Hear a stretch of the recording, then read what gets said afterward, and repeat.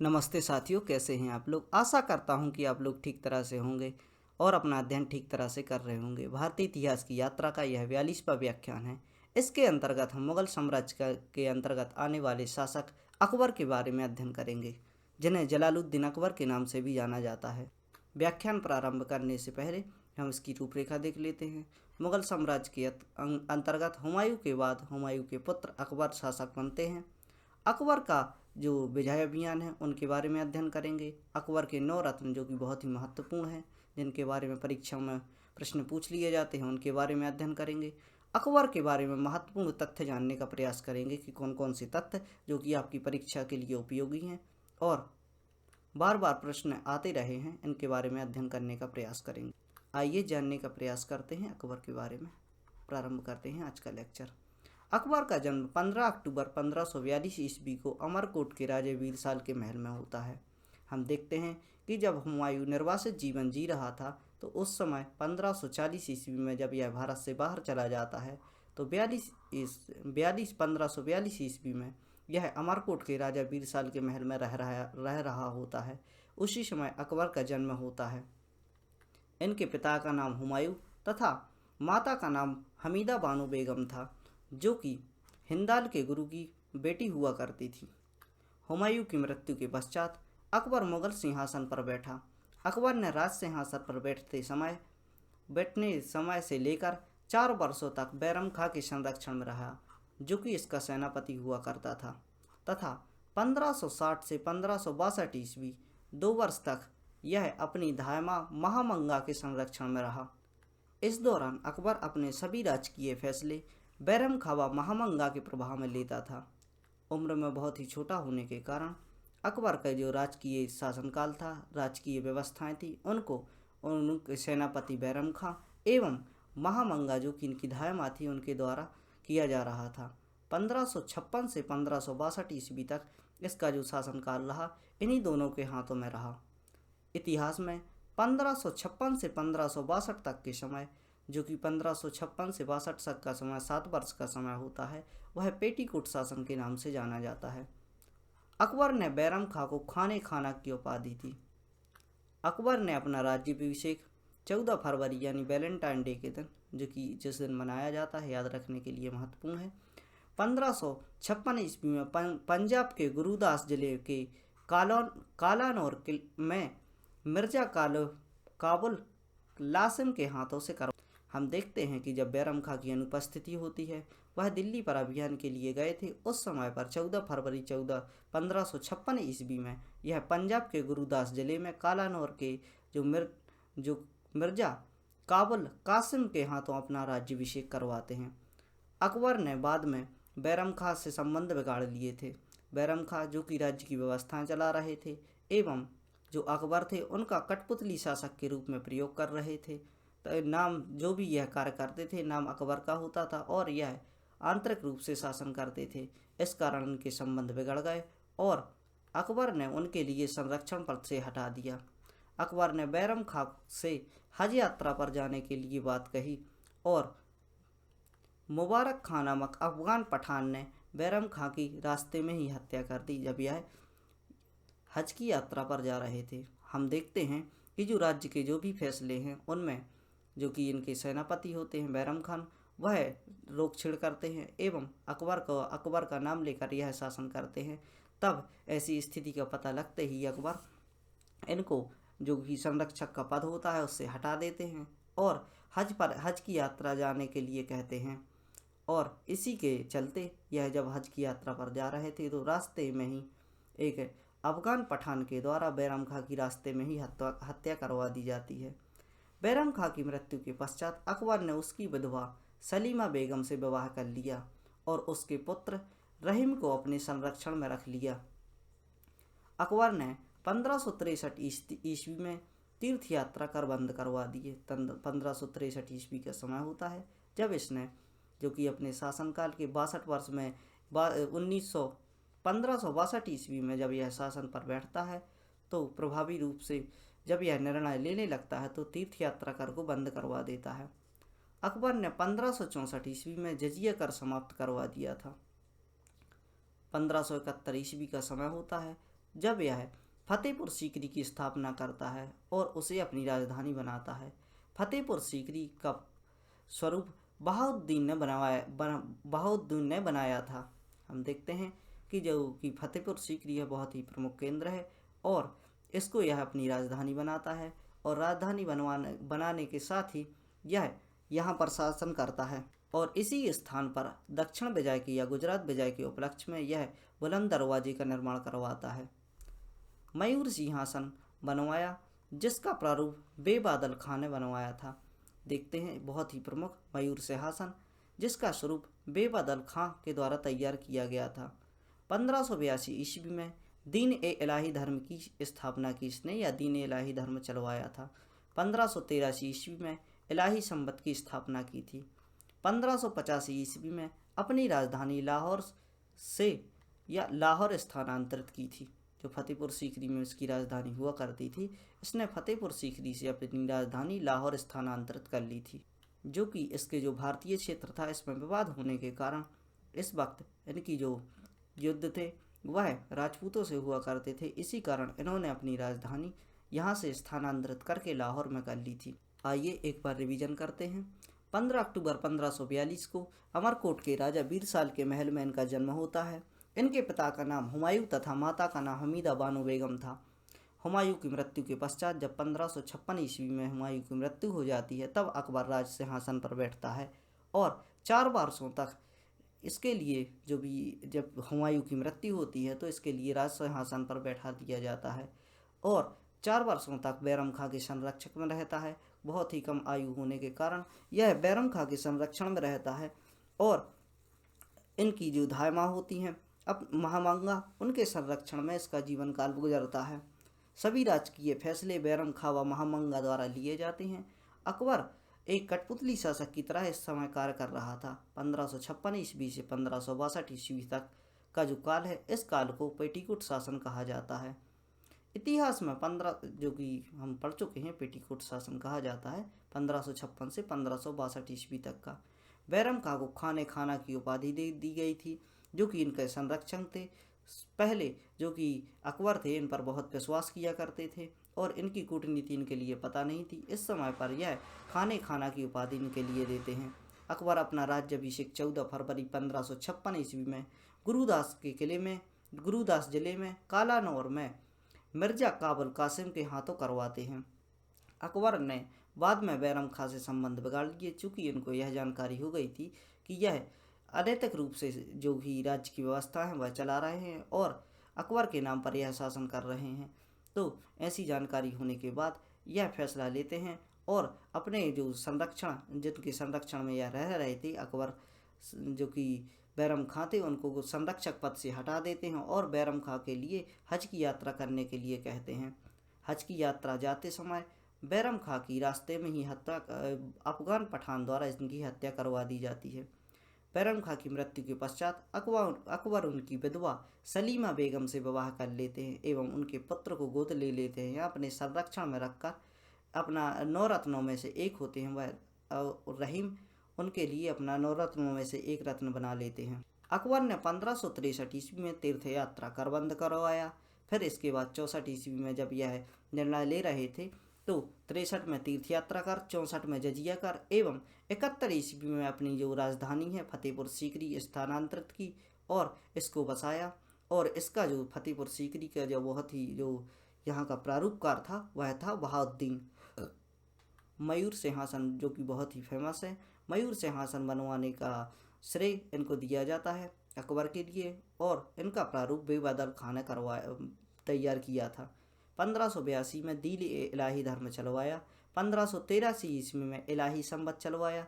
1585 ईस्वी में अपनी राजधानी जो कि फतेहपुर सीकरी हुआ करती थी वहाँ से स्थानांतरित कर इन्होंने लाहौर स्थानांतरित कर ली। इस चित्र में हम देख सकते हैं ये महामंगा हैं, जो कि आप जोधा अकबर मूवी ने इनके जो रोल है उसको देखा होगा। और यह अकबर की बेगम है जोधा। यह फतेहपुर सीकरी की तस्वीर है जिसका जो प्रारूप था वह बहाउद्दीन द्वारा तैयार किया गया था। इसमें हम देखते हैं कि किस प्रकार जो मुगल हैं वह विलासितापूर्ण जीवन जीते थे और राजशाही इमारतें जो कि भारत में पर्यटन का केंद्र बनी हुई हैं। इसको हम देख सकते हैं। आर्ट एंड कल्चर का जो आपका सब्जेक्ट है उसमें इसके बारे में प्रश्न पूछे जा सकते हैं, तो आप इनकी एक तस्वीर बना लीजिए। इतिहास को एक अच्छी तरह से समझ विकसित करने के लिए आप इनको देख सकते हैं और समझ सकते हैं कि इस प्रकार का जो इनका शासनकाल रहा उसके बारे में जानकारी प्राप्त कर सकते हैं। आइए और बातें जानते हैं अकबर के बारे में। दीन ए इलाही धर्म को अपनाने वाला एकमात्र हिंदू था, जो कि दीन ए इलाही धर्म अकबर के द्वारा चलाया गया था, उसको मानने वाला एकमात्र हिंदू था जिसका नाम था बीरबल, जो कि इनके प्रमुख मित्र हुआ करते थे और सलाहकार हुआ करते थे। फतेहपुर सीकरी में अकबर ने गुजरात विजय के उपलक्ष्य में बुलंद दरवाजे का निर्माण करवाया, जो कि बहुत ही प्रमुख है, बहुत ही महत्वपूर्ण है। अकबर ने सर्वप्रथम झरोका दर्शन एवं तुलादान प्रथा प्रारंभ की। तुलादान प्रथा के अंतर्गत एक ओर राजा या उसका प्रमुख व्यक्ति बैठता है, जो कि राजा या रानी बैठते थे, और दूसरी ओर जो तुलादान में जो सोने चांदी के आभूषण एवं सोने चांदी के जो मुद्राएं थी वह रखी जाती थी और किसी भी विशेष अवसर पर उनको वितरण किया जाता था जनता में। अकबर ने सर्वप्रथम मनसबदारी प्रथा की शुरुआत की। अकबर ने राजस्व प्राप्ति व जब्ती की प्रणाली शुरू करवाई। रामदास और अमरदास गुरु अकबर के समकालीन हुआ करते थे।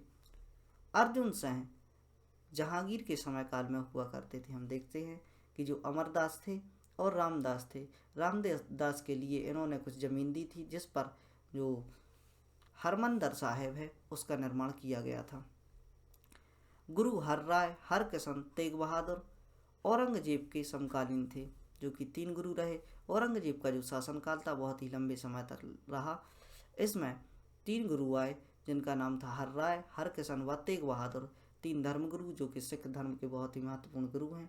प्रश्न पूछ लिए जाते हैं कि जो कि हरराय है, हरकिशन है, तेग बहादुर है, इनके बारे में यह किस मुगल साम्राज्य के मुगल काल के राजा के समकालीन थे, तो यह थे औरंगजेब के समकालीन। और जो अर्जुन सिंह थे वह जहांगीर के समकालीन हुआ करते थे। रामदास एवं अमरदास अकबर के समकालीन हुआ करते थे। ऐसा हम समझ सकते हैं एक ट्रिक के माध्यम से, जो कि सभी धर्मों का सम्मान करता था यह अकबर, अथवा राम अमर रहे इसके शासनकाल में, यानी राम और अमर इसके शासनकाल में रहे। अर्जुन जहांगीर के समय काल में रहे। हरराय, हरकिशन, तेग बहादुर औरंगजेब के समकालीन रहे। तेग बहादुर द्वारा सिख धर्म स्वीकार न करने पर औरंगजेब ने इनका सर कटवा दिया था। बहुत ही महत्वपूर्ण तथ्य है कि जो कि दिल्ली में जब तेग बहादुर से इनकी मुलाकात होती है औरंगजेब की, और यह सिख धर्म को मानने वाले होते हैं और यह अपने धर्म के प्रति कट्टर रहते हैं। औरंगजेब द्वारा इनके लिए मुस्लिम धर्म स्वीकार करने के लिए कहा जाता है, तो इस पर इनके द्वारा इनकार कर दिया जाता है और औरंगजेब गुस्से में आकर इनकी जो गर्दन कलम कर देता है और वहीं पर इनकी हत्या कर देता है। माना जाता है कि जब इनका सर कलम किया गया था तो इनकी गर्दन नहीं मिली थी, और जिस स्थान पर इनका सर कलम किया गया था उस स्थान पर दिल्ली में आज भी शीशगंज गुरुद्वारा बनवाया गया है। अकबर के शासनकाल में टोडरमल भू राजस्व की दहसाल प्रथा की शुरुआत की। जो भू राजस्व की व्यवस्था है उसकी भू राजस्व का जो अधिकारी हुआ करता था वह टोडरमल हुआ करता था। प्रश्न पूछ लिया जाता है कि भू राजस्व की व्यवस्था किसके द्वारा देखी जाती थी, वह टोडरमल के द्वारा देखी जाती थी, और दहसाल प्रथा की शुरुआत किसने की थी, वह टोडरमल द्वारा की गई थी। अकबर ने विभिन्न धर्मों के बीच धर्म ए सुलह नीति अपनाई थी। जैसा कि हम देख सकते हैं कि यह सहिष्णु प्रकार का इंसान था, सभी धर्मों का सम्मान करता था एवं उनकी जो टीचिंग्स थी उनको सुनने तथा ज़्यादा से ज़्यादा ज्ञान प्राप्त करने के बारे में यह सोचता था। इस प्रकार अकबर द्वारा इन धर्मों के मेल के लिए एक धर्म ए सुलह नामक नीति अपनाई गई। धर्म ए सुलह के कश्मीर के शासक जैनुलब्दीन ने बनाई थी। जो धर्म ए कुल की नीति है, इससे कन्फ्यूजन हो सकती है कि धर्म ए कुल की नीति किसके द्वारा बनाई गई थी, तो वह कश्मीर के शासक जैनुलब्दीन के द्वारा बनाई गई थी, एवं जो सुलह ए कुल की जो नीति है वह अकबर के द्वारा बनाई गई थी।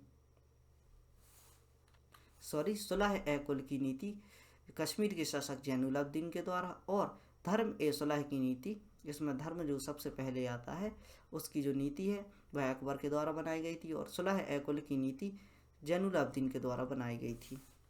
हम इस प्रकार समझ सकते हैं कि धर्म के बीच सुलह कराने का कार्य कौन कर रहा था, वह अकबर कर रहा था, और सुलह ए कुल यानी सुलह कराकर एक कुल के रूप में धर्मों की स्थापना करने का कार्य जैनुलाब्दीन ने, जो कि कश्मीर के शासक थे, उनके द्वारा किया गया था। आइए छोटा सा रिवीजन कर लेते हैं। दीन इलाही को अपनाने वाला पहला हिंदू कौन था, वह था बीरबल।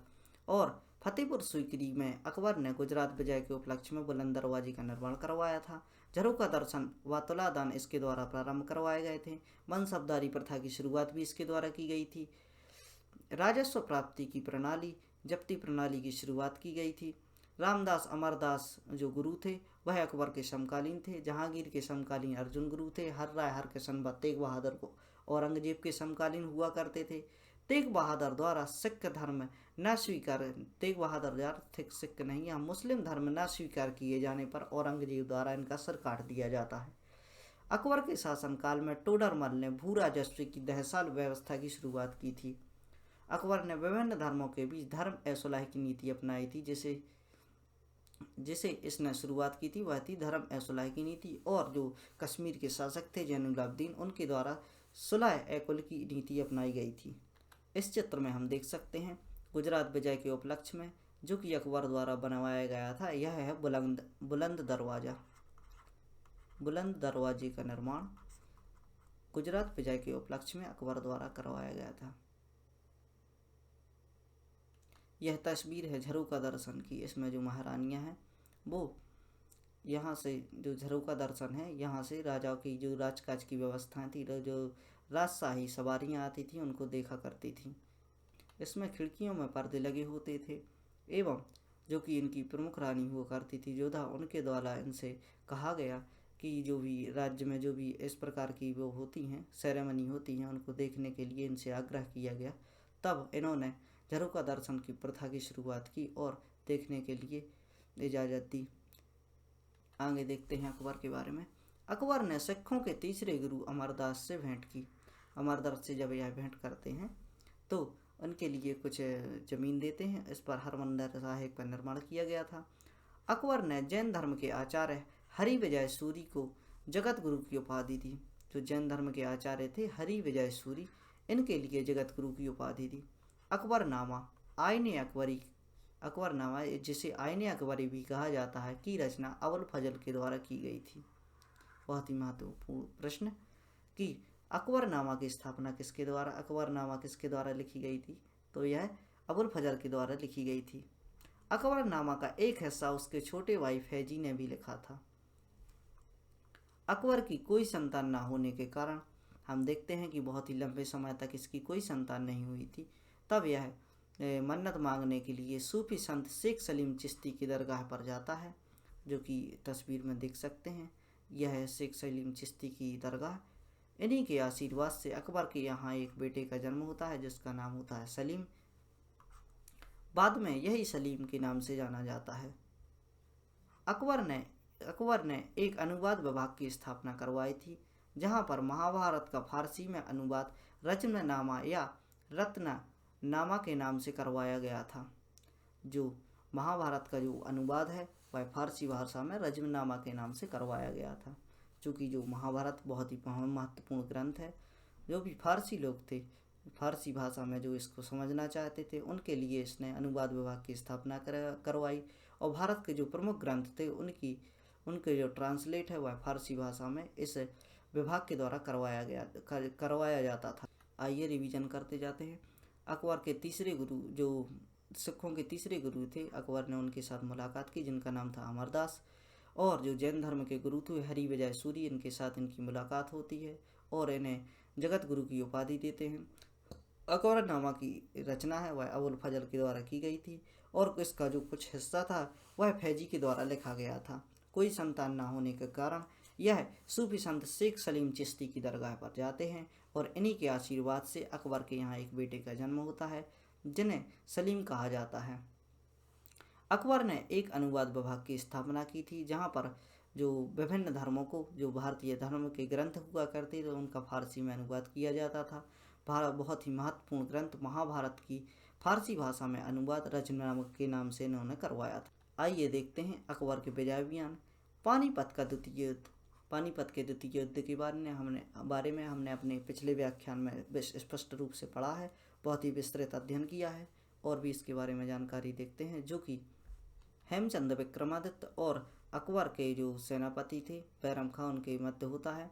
पानीपत का द्वितीय युद्ध अकबर के सेनापति एवं संरक्षक बैरा खां और आदिल शाह के सेनापति हेमू के बीच 15 नवंबर 1556 ईस्वी में पानीपत का द्वितीय युद्ध होता है। इस युद्ध में बैरम खां विजयी होता है। हम देखते हैं कि जो हेमू होता है, जो कि आदिल शाह का सेनापति होता है, एक हाथी पर बैठकर आता है और धोखे से इसके आंख में जो तीर लग जाता है और जिसके कारण यह मूर्छित होकर हाथी से गिर जाता है। इस प्रकार जो इसके जो सेनापति थे, सेनापति की जो मृत्यु हो जाने के कारण वो उनकी सेना अव्यवस्थित हो जाती है और इस प्रकार जीते हुए युद्ध जो कि हेमू के द्वारा लड़ा जाता है वह हारा जाता है। मालवा विजय। मालवा विजय के बारे में हम समझने का प्रयास करते हैं कि मालवा विजय 1561 ईस्वी में मालवा के शासक बाज बहादुर पर आक्रमण किया गया अकबर के द्वारा। 1561 ईस्वी में जो कि मालवा के बाज बहादुर पर आक्रमण किया जाता है। इसमें मुगल सेना का नेतृत्व आदम खां कर रहा था। इस युद्ध में बाज बहादुर ने अकबर की शरण ले ली थी। हम देखते हैं कि जो बाज बहादुर बाबरा होता है और इनकी पत्नी रूपमती होती है, जब यह अकबर की शरण लेते हैं तो इनकी जो पत्नी होती हैं वो स्वयं को कटार मारकर अपनी हत्या कर लेती हैं। और यहाँ पर हम देख सकते हैं कि अपमान सहन न करने की वजह से यह आत्महत्या कर लेती हैं, जो कि रूपमती होती हैं। और जो बाज बहादुर बाबरा होता है वह इन अकबर के शासनकाल में संगीतज्ञ के रूप में स्थापित होता है। और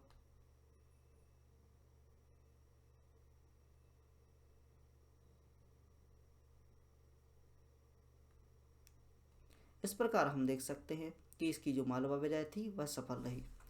गुजरात का अभियान। इस अभियान में अकबर ने गुजरात के शासक मुजफ्फर शाह को पराजित किया था।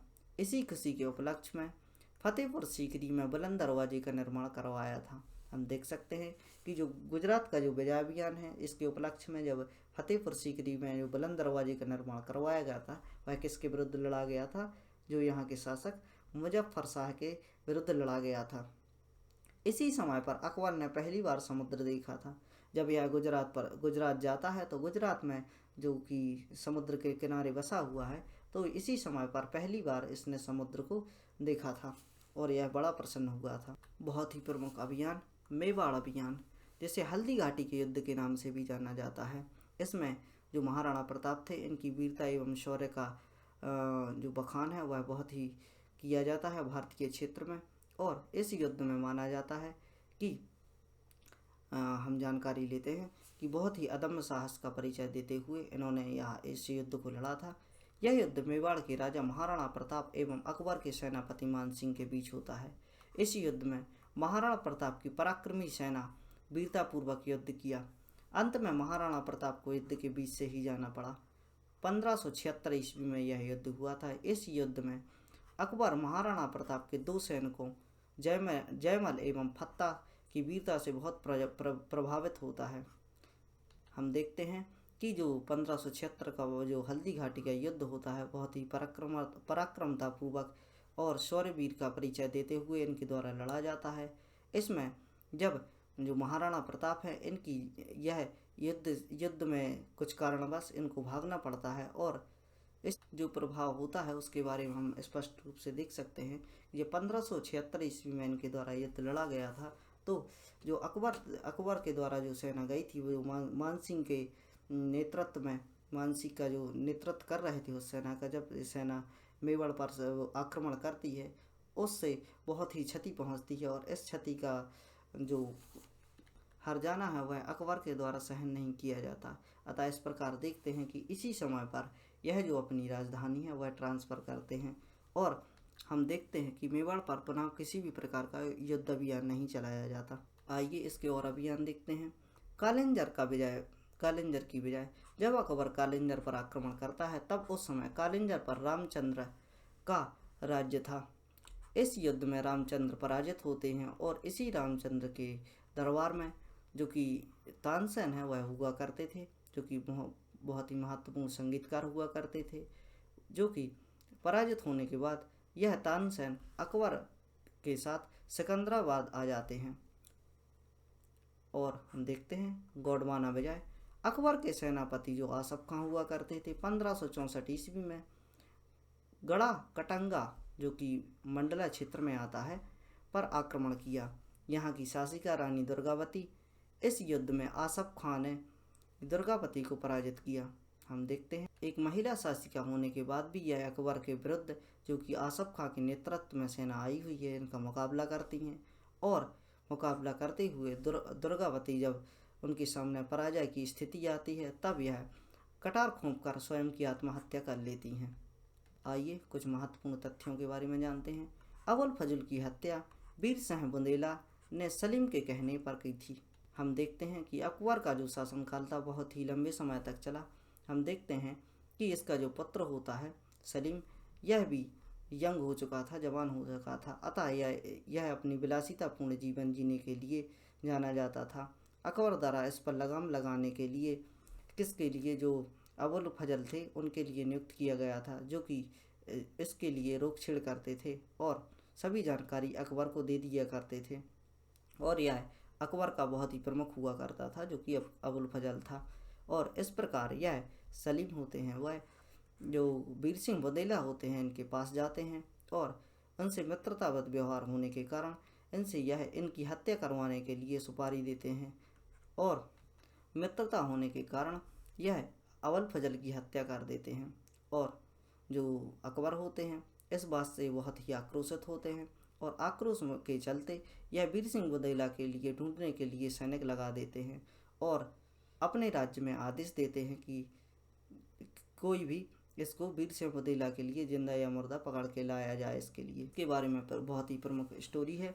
जब अबुल फजल की हत्या की जाती है तब जो कि राजा होता है अकबर बहुत ही आक्रोशित हो जाता है और इस बात की जब भनक वीर सिंह बुंदेला को लगती है तो वीर सिंह बुंदेला जो कि महिला के वेश में जो कि बुर्का पहनकर इनके दरबार में जाते हैं और जैसे ही इनके द्वारा जो इनके यहाँ जो पहरेदार लगे होते हैं उनसे यह बोलते हैं कि मैं अपना चेहरा तभी दिखाऊंगी तब जब मैं अकबर जी से मुलाकात कर लूँगी। और जो द्वारपाल होता है वह फरमान लेकर इनके पास जाता है कि एक महिला आई हुई है और आपसे मिलने का आग्रह कर रही है और बोलती है कि वीर सिंह बुंदेला के बारे में उसके पास जानकारी है। वह द्वारपाल से कहते हैं कि उसको जल्दी मेरे सामने ले आओ। और जैसे ही अकबर के सामने जो वीर सिंह बुंदेला जाते हैं और अपने बुरखे का जो कपड़ा होता है वह उठाते हैं और बोलते हैं मैं हूँ वीर सिंह बुंदेला। अकबर आंखें तनतनाते हुए बोलता है कि तुमने यह बहुत अच्छा कार्य किया कि तुम मेरे सामने आ गए। और जो अपनी तलवार होती है वह जो कटार से निकालते हैं और इनकी हत्या करने के लिए आगे बढ़ते हैं। अभी वीर सिंह बुंदेला कहते हैं कि यह आपके सम्मान में ही यह हत्या की गई थी। यदि जो आपके पुत्र हैं इनके द्वारा कहा गया था कि इनकी हत्या कर दीजिए और राजा का हुक्म या राजा के पुत्र का हुक्म मेरे लिए एक ही है, अब चाहें तो आप मेरी हत्या कर सकते हैं। इस पर अकबर का गुस्सा ठंडा होता है और यह वीर सिंह बुंदेला को वहाँ से जाने के लिए कहते हैं और उनसे यह एक बात और कहते हैं कि आप आज तो मेरे सामने आ गए, इसके बाद अगर आप आएंगे तो मैं अपने गुस्से को रोक नहीं पाऊंगा और मैं आपकी हत्या कर दूंगा। इस प्रकार हम जो वीर सिंह बुंदेला हैं इनके साहस के बारे में जान सकते हैं, जो कि ओरछा के राजा हुआ करते थे। अकबर ने आमेर के शासक उदय सिंह की पुत्री जगत गोसाई थी जिनका विवाह अकबर के पुत्र सलीम से हुआ। यहाँ थोड़ी सी कन्फ्यूजन है, आप समझ लीजिए। जो उदय सिंह थे इनकी पुत्री जगत गोसाई का विवाह अकबर के पुत्र सलीम से हुआ था और जो राजा भारमल की पुत्री थी उनका विवाह जो कि जोधाबाई होती है इनका जो विवाह है वह अकबर के साथ होता। इसी तथ्य के चलते जो जोधा अकबर मूवी आई थी उस पर डिस्प्यूट लगा हुआ था। ये चूँकि यह तथ्य आपके लिए महत्वपूर्ण है, जानने का प्रयास कीजिए। यह देख सकते हैं ओरछा का महल जो कि जहांगीर के स्वागत के लिए वीर सिंह बुंदेला द्वारा बनवाया गया था, जो कि यहाँ पर जाते हैं अबुल फजल की बात को लेकर। जब यह मध्य प्रदेश के जो ओरछा नामक शहर में इनके यहाँ जाते हैं तो वीरसेन बुंदेला द्वारा इनके स्वागत में इस महल का निर्माण करवाया गया था। आइए अकबर के जो नौरत्न थे उनके बारे में जानकारी ले लेते हैं। इनके पहले रत्न थे वह थे अबुल फजल।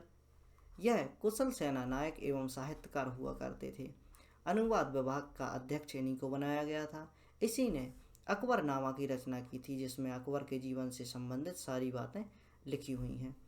तानसेन यह प्रसिद्ध संगीतकार थे, ध्रुपद गायन में सर्वश्रेष्ठ थे। अकबर ने इन्हें कंठाभरण वाणी विलास की उपाधि दी थी। तानसेन का वास्तविक नाम रामतनु पांडुरंग था। हम तानसेन के बारे में देखते हैं कि यह बहुत ही प्रसिद्ध संगीतकार हुआ करते थे। जो ध्रुपद गायन की जो प्रथा है इसकी शुरुआत ध्रुपद गायन है वह सर्वश्रेष्ठ गायन हुआ करता था, वह इसके द्वारा गाया जाता था। अकबर ने इन्हें कंठाभरण वाणी विलास की उपाधि दी थी। तानसेन का वास्तविक नाम रामतनु पांडुरंग हुआ करता था। हम बात करते हैं तीसरे जो नौरत्न में से जो तीसरे रत्न थे टोडरमल के बारे में। यह शेरशाह एवं अकबर का कुशल मंत्री एवं प्रशासक था। इसी ने अकबर के दरबार में भू राजस्व की दहसाल प्रथा का प्रचलन करवाया था। अब्दुल रहीम खान खाना यह बैरम खां का पुत्र हुआ करता था। जो बैरम खां इनके संरक्षक थे उनका पुत्र हुआ करता था। अकबर ने इसे खाने खाना की उपाधि दी एवं इसने बाबरनामा का फारसी में अनुवाद किया, जो कि बाबर की आत्मकथा थी जो कि उनके द्वारा स्वयं लिखी गई थी, उसका फारसी में अनुवाद करवाया गया था। बाबर इनके दादा हुआ करते थे जो अकबर थे, हुमायूं के पिता, और इनके अकबर के दादा हुआ करते थे। उनकी जो आत्मकथा थी उनका फारसी में अनुवाद किसके द्वारा किया गया था? अब्दुल रहीम खान खाना के द्वारा। मानशाह जो इनके वो पांचवें रत्न थे उनका नाम मानशाह था। मानशाह इनके प्रमुख सेनापति हुआ करते थे या प्रधानमंत्री हुआ करते थे। यह अकबर का प्रमुख सेनापति था। मुल्ला दो प्याजा यह बुद्धिमत्ता और वाक्पटुता के लिए बहुत ही प्रसिद्ध था। बातें बनाना और जो कोई भी ऐसी मतलब राज्य की किसी भी प्रकार की बातें हों उनके लिए वाक्पटुता के माध्यम से प्रदर्शित करने का कार्य है वह मुल्ला दो प्याजा के द्वारा किया जाता था। इनका नाम मुल्ला दो प्याजा इस प्रकार पड़ा कि यह जब भोजन करते थे तो भोजन के समय पूरी 2 प्याज खा जाया करते थे, इस कारण इनका नाम मुल्ला दो प्याजा रखा गया।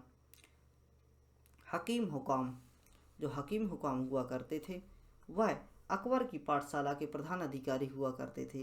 जो अकबर की पाठशाला थी वह उसके यह प्रधान अधिकारी हुआ करते थे। एक थे फैजी अबुल फजल का छोटा भाई हुआ करता था। इसने आर्यभट्ट की पुस्तक जो कि अर्थशास्त्र थी उसका फारसी में अनुवाद किया था। बीरबल यह अकबर के अंतरंग मित्र एवं महत्वपूर्ण मंत्री हुआ करते थे। यह बुद्धिमत्ता एवं वाक्पटुता के लिए प्रसिद्ध थे। इसके बारे में एक और तथ्य है, इन पर जो सरस्वती देवी थी उनकी असीम कृपा थी, क्योंकि यह बड़ी से बड़ी मुश्किलों का समाधान आसान भाषा में कर देते थे।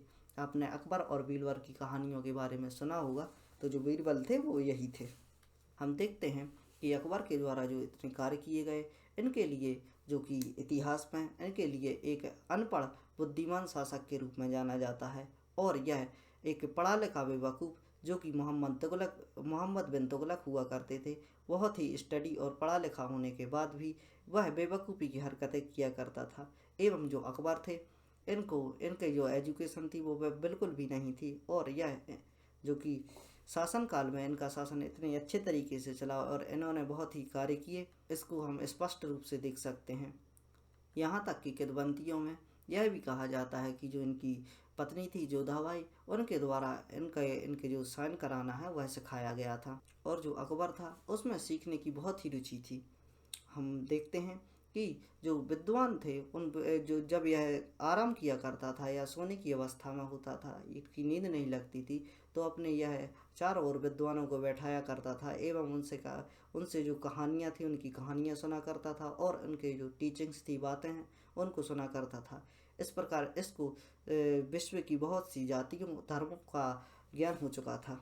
आइए कुछ और तथ्य देखते हैं। अकबर के दरबार में प्रमुख चित्रकार दशवंत बसावंत हुआ करते थे।